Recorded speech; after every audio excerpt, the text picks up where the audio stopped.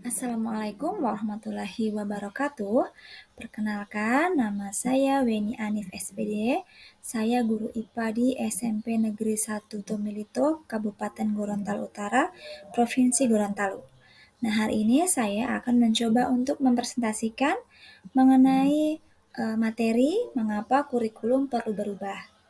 Nah, di sini saya menggunakan aplikasi Canva untuk pembuatan presentasinya.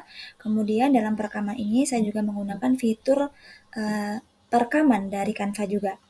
Nah, mari kita mulai pembahasan mengenai mengapa kurikulum perlu berubah. Nah, sesungguhnya apa itu kurikulum? Nah, kurikulum dapat dimaknai sebagai titik awal hingga titik akhir pengalaman belajar peserta didik. Oleh karenanya, kurikulum bersifat kompleks dan multidimensi. Kurikulum merupakan pedoman penyelenggaraan kegiatan pembelajaran untuk mencapai tujuan pendidikan tertentu. Kurikulum yang baik adalah kurikulum yang disusun sesuai dengan zamannya. Sehingga kurikulum ini bersifat dinamis, artinya terus dikembangkan ataupun diadaptasi sesuai dengan konteks dan karakteristik peserta didik demi membangun kompetensi peserta didik.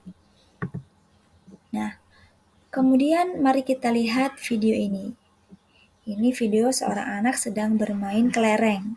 Tentunya kita sudah sangat familiar dengan kelereng. Tapi mungkin bagi anak-anak pada zaman sekarang, ada beberapa yang tidak tahu tentang kelereng. Seperti apa bentuk kelereng, bagaimana cara bermainnya, mereka belum mengetahui. Namun, anak-anak pada zaman sekarang tentu semua sudah tahu mengenai gadget HP. Sudah tidak asing bagi mereka untuk main game online, untuk telepon melalui WA, dan lain sebagainya.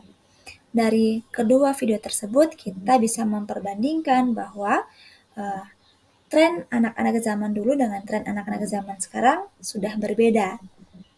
Sehingga kita dapat katakan bahwa zaman telah berubah.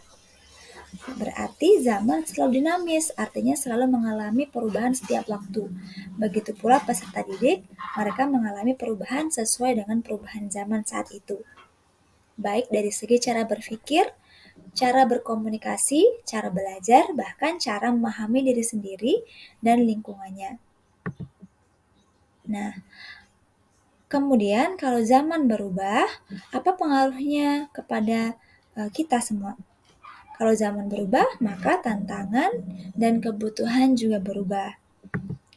Nah, kalau kebutuhan berubah, maka kita harus bisa menyesuaikan dengan isu tantangan pada zaman tersebut.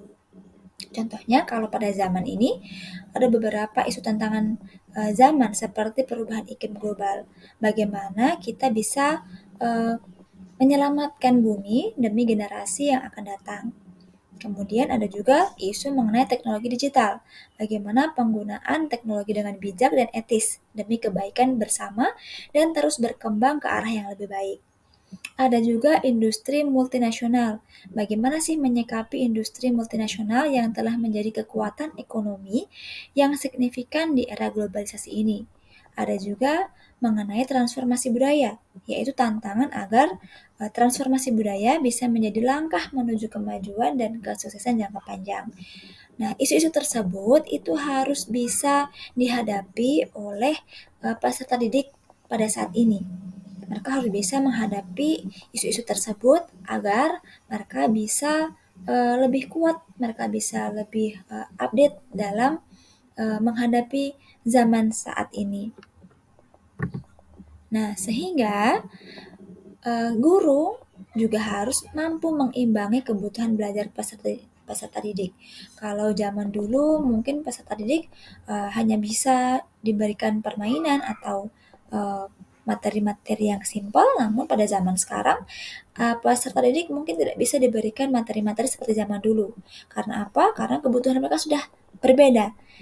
Karena kebutuhan mereka harus bisa memenuhi tantangan perkembangan zaman. Maka guru juga harus mampu mengimbangi kebutuhan belajar tersebut.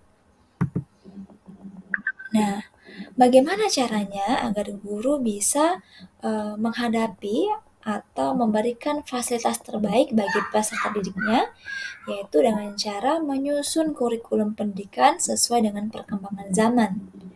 Baru kurikulum seperti apa itu ya? Nah, kurikulum yang sesuai dengan perkembangan zaman yaitu kurikulum yang sesuai dengan tren kehidupan peserta didik saat ini yang tergolong generasi Z dan generasi Alpha. Nah, kemudian kurikulum tersebut juga harus merujuk pada kebutuhan, pendapat, pengalaman, hasil belajar, dan juga kepentingan peserta didik. Kemudian, kurikulum itu juga harus bisa berkolaborasi atau mengkolaborasikan antara guru, orang tua, pemerintah demi mewujudkan kompetensi yang diharapkan.